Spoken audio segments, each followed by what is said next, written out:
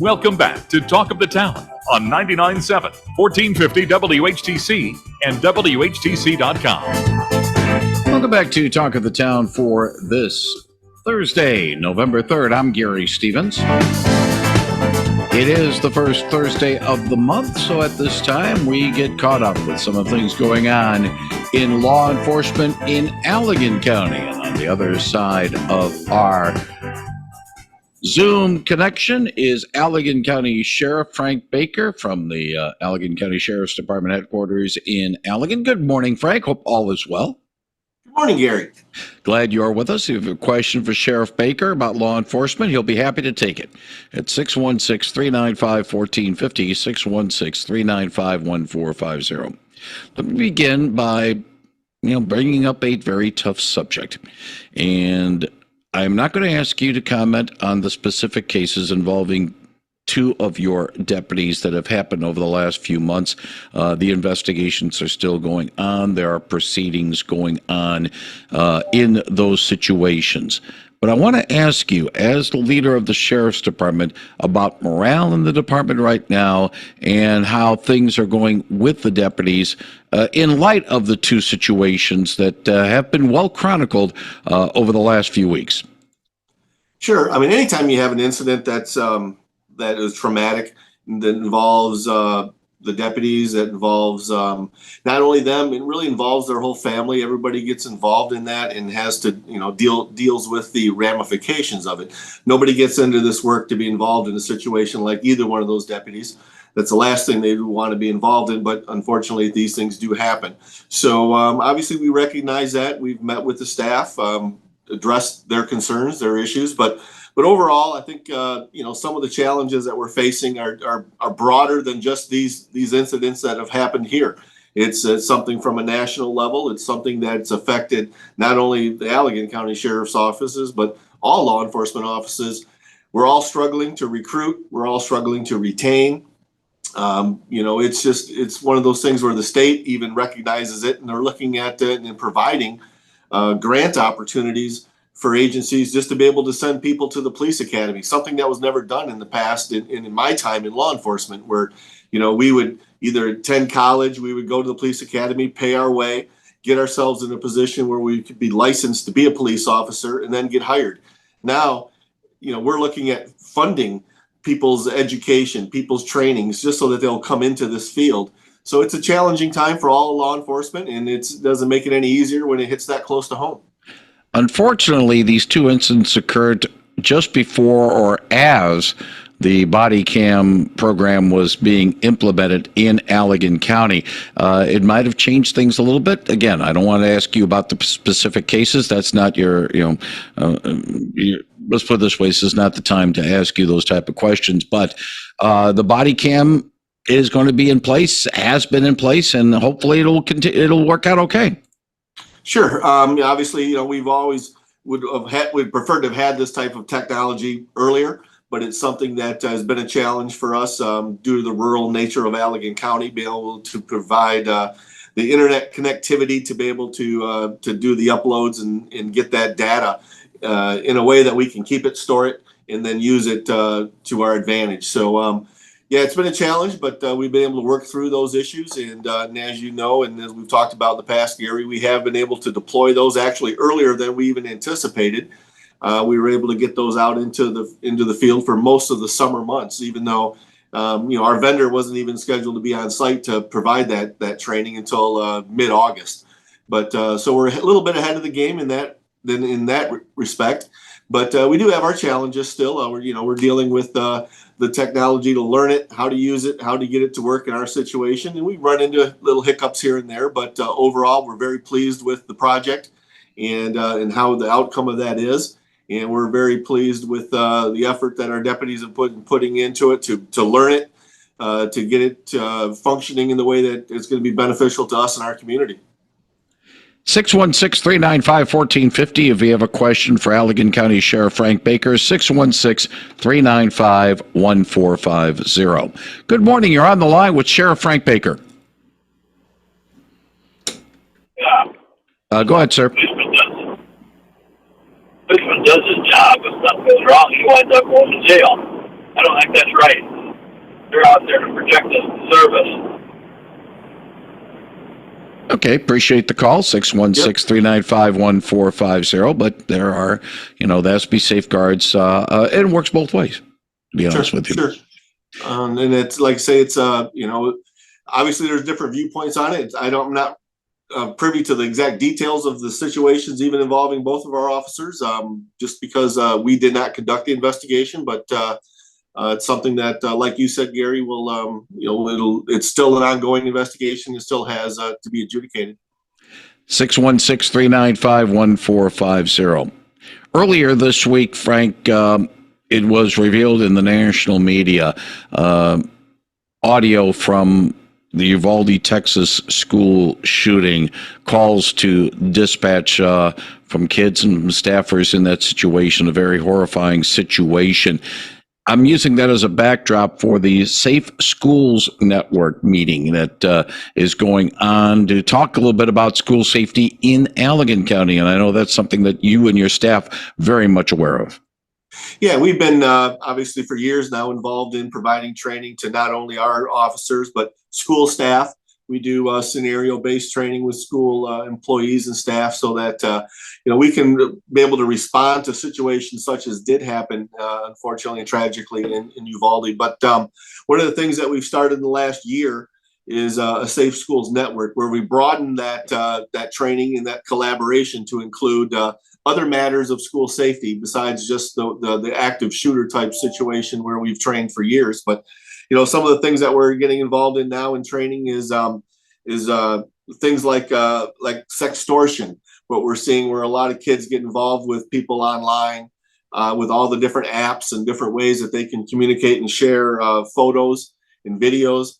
We're seeing people preying upon kids, where they'll entice someone into sending photographs that may be inappropriate, and then they go back and then they try to extort money from them. So we're trying to get involved with educating the schools and educating their staff so that we can get that information to the students so that they don't find themselves in a situation where they become a victim of a crime such as that.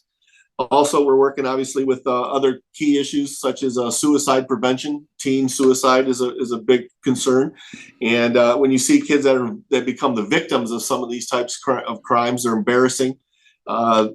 It then plays on their mental health, and one of the things that we see in regards to that is suicide. So we're working with schools on that. That's a couple of the topics for today that they're meeting on. We've also got representation from Michigan State Police and the Office of School Safety, which was a new department that was formed as a result of some recent legislation in the last few years. But we're collaborating, we're meeting, we're trying to get the best information out there that we can and to do it together with the schools. It's kind of an exciting time for law enforcement in schools right now because there's grant opportunities that are becoming available. And in fact, in the last few weeks, we've been meeting with a couple of our school districts here in Allegan County to talk about adding positions of school resource officers in their schools so that we can kind of get back to what we were doing years ago before some of the budgetary crunches happened and before we were in a position where we had to pull out of the schools. So now it's something that we hope to be able to collaborate more with them and be able to see our officers in schools even more. Frank, why don't we talk a little bit about Safe Harbor strategic planning? It sounds like a collaborative venture. Tell us a little bit about that. Yeah, and I think maybe earlier this year, we had Lori Yankoviak, the executive director of Safe Harbor, on, and I've been on that board of directors now for probably close to 20 years. But we're expanding. A few years ago, we expanded outside of Allegan County and into Berry County to provide those types of services to help children that are involved in as victims of serious physical assaults and abuse, as well as sexual abuse. Well, we have a venture. We're moving into Van Buren County. We've partnered with Van Buren County, so we'll be providing services down there. So one of the things we wanted to do was kind of meet with our collaborative partners so that we can strategize and kind of look at how we're going to move forward and how to best provide these services. So last night we were meeting here at the sheriff's office. We hosted the meeting, and it's been a busy week with some of the stuff we've had going on, but it's an exciting time. And as you know, from meeting and talking with Lori, we have a new facility that's under construction for Safe Harbor. And it's going to be able to allow us to provide enhanced services, to be able to provide counseling, not in just the one interview room that we may have, but we'll have opportunities to have multiple children, victims in our building, to be able to provide services and help them dealing with some of these types of events that unfortunately occur in their lives. An aspect of handling things at the corrections center that frankly doesn't get, I think as much attention as it should, is dealing with ministries, dealing with the spiritual life of those who are incarcerated, maybe trying to rehabilitate them in that sense. Reach the Forgotten Ministries at the jail. The annual banquet is tonight. Tell us a little bit about this outreach, which is nice. It's not directly affected by connected with the sheriff's department, but certainly it does as much as anything the sheriff's department might do to try to help in the corrective process. Yeah, Gary, they're key partners with us in our inmate programming here at the Correction Center, and they've been partners for years. And we do support them, and we support them at their annual banquet every year. And one of the things that they do is, as we've talked in the past, is they're key players in our community reentry units, and helping us get inmates that are willing to participate in these reentry units better suited for a return to society and than what they were when they maybe came to jail. And it's been a challenge the last few years as a result of the pandemic. We had to shut down our community reentry units, and we couldn't have the number of volunteers coming into the facility. And we're trying to now get a lot of that back rolling again. One of the challenges that we found is that in the inmates talk, obviously, and that's sometimes our best sales job is the inmates talking to inmates. And since we have not had the actual reentry units operational, there's nobody share the word, from inmate to inmate and say, hey, this is something that's helpful to me. This is something you should get involved in. So we've been doing that on a smaller scale, but we're looking to hopefully get back into actually having dormitories or pods of people that are working together and living in an environment where it's faith-based, and that it's allowing them to take advantage of all the different inmate programming to assist them with whatever challenges they're having in life that maybe brought them to the Allegan County Jail. But we still have the volunteers from Forgotten Man Ministries coming in, working with inmates. And like I say, not quite as big a scale as it was, but we're trying to grow that again. But they're able to provide a lot of different counseling, a lot of different things that you and I and other people take for granted. We were able to learn these skills in life to allow us to succeed and achieve the things and goals that we want to, but not everybody gets that hand dealt to them. So they work with them and doing life skills, teaching them how to cope and deal with some of their problems. Obviously, substance abuse is a big issue with a lot of people that do end up in jail. So, like I say, we're excited to be able to continue our partnership with them, and we look forward to getting back to where we were a few years ago when we were doing the graduations on a regular basis. Because it's really exciting when you can come in from my perspective. We see people at their worst when they come to jail. We see them when their addictions are their strongest, their families are broken. They've created a situation where they're at the lowest point in their life. They come to jail, and when we can see, people volunteering their time. It's not tax funded. It's people coming in, volunteering their time to help to get these people in a position where, when they come out of jail, they can be proud of what they've done while they were here. They can then, start to rebuild their families and their lives. And it's an exciting time. And it's something that we take pride in. And I know the volunteers take pride in it. We like to be able to show up and recognize them for everything they do to help us and help our communities, because, the people in jails, they're our neighbors, their family, their friends, and we want to be able to do what we can for them while they're here. One more thing I want to touch base with you on, Frank, is dealing with, right now it is the bow and arrow archery deer season. Robin Hoods can hunt the king's venison right now. In the middle of the month becomes the firearm deer hunting season. AAA of Michigan announced its awareness program, Don't Veer for Deer, earlier this week. And Allegan County was 6th or 7th among the counties, the 83 in Michigan with the most deer strikes with 1,288. Need I say more than beware of deer, especially at dawn and dusk?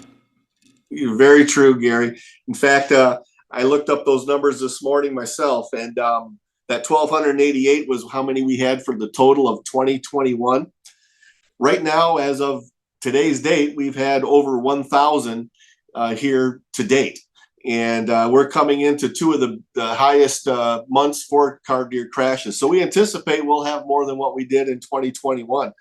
And typically October, November, and December are our highest months. They're typically 50 to 100% more than any other month for the number of car deer crashes.